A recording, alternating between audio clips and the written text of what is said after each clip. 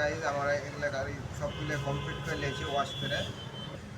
যে আপনাদের মাঝে দেখাবো যে আমাদের মেকানাইজ ভাইয়েরা সবাই আছে, তো আমরা সবসময় খেয়াল রাখবো যে আমাদের এই ভিতরে কিন্তু ময়লা জমে। এই ময়লা জমার জন্য কিন্তু গাড়ি বুকবুক করবে আর গাড়ি বন্ধ হয়ে যাবে। সেক্ষেত্রে সবসময় খেয়াল রাখবো যে এগুলো কিন্তু ওয়াশ করে নেবো তারপরে যে, তাহলে কিন্তু আপনাদের সূক্ষ্মভাবে তেলটা যাবে বা গাড়িটা চালিয়ে আরাম পাওয়া যাবে। যে আপনারা ভিডিও দেখুন, ভালো লাগবে, আর ভালো লাগলে শেয়ার করে দেবেন, অন্যজনকে দেখানোর চেষ্টা করে দেবেন।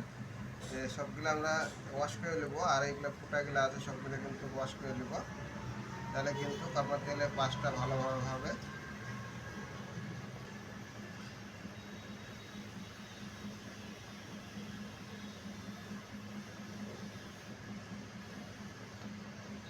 সব কিছু আমরা ওকে করে নিলাম, তো একটু বাতাস মেরে নেবো, তারপরে আবার লাগিয়ে দেবো।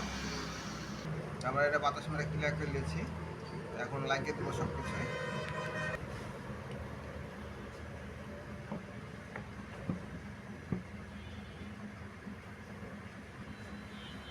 আমরা যখনই এটা লাগাবো তখন খেয়াল রাখবো।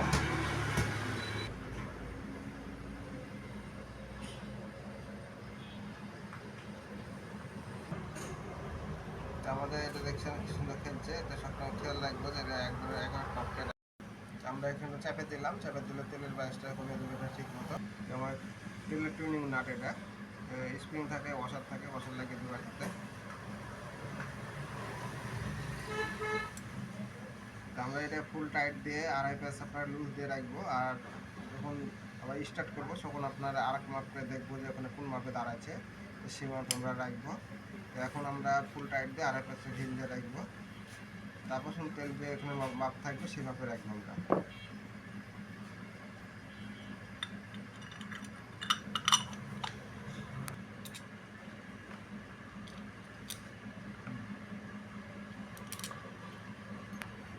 আমাদের জেট পিনের যেটা মাপ থাকে সেটা দেখবো যে পিনের কী অবস্থা। দেখছেন যে ফুল একবার তেল বানানো আছে, তেল আমরা কমিয়ে দেবো।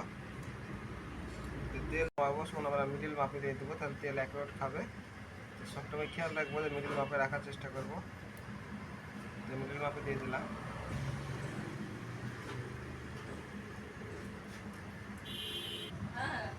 আমরা সব রবার থাকে, রবারটা সবসময় খেয়াল রাখবো যে রবার দেওয়া যায়।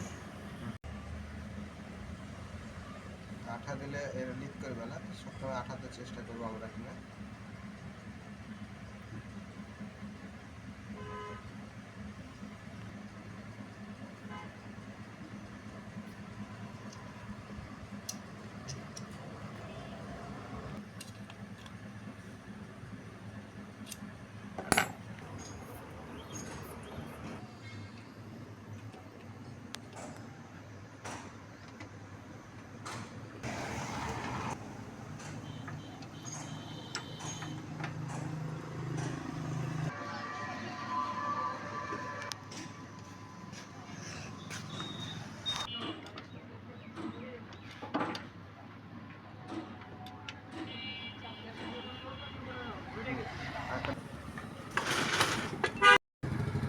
যে আমাদের ভিতরে কিছুই নাই, বোম বা অন্য কিছু থাকে সেটা নাই, পরে কিছুটি নষ্ট হয়ে গেছে।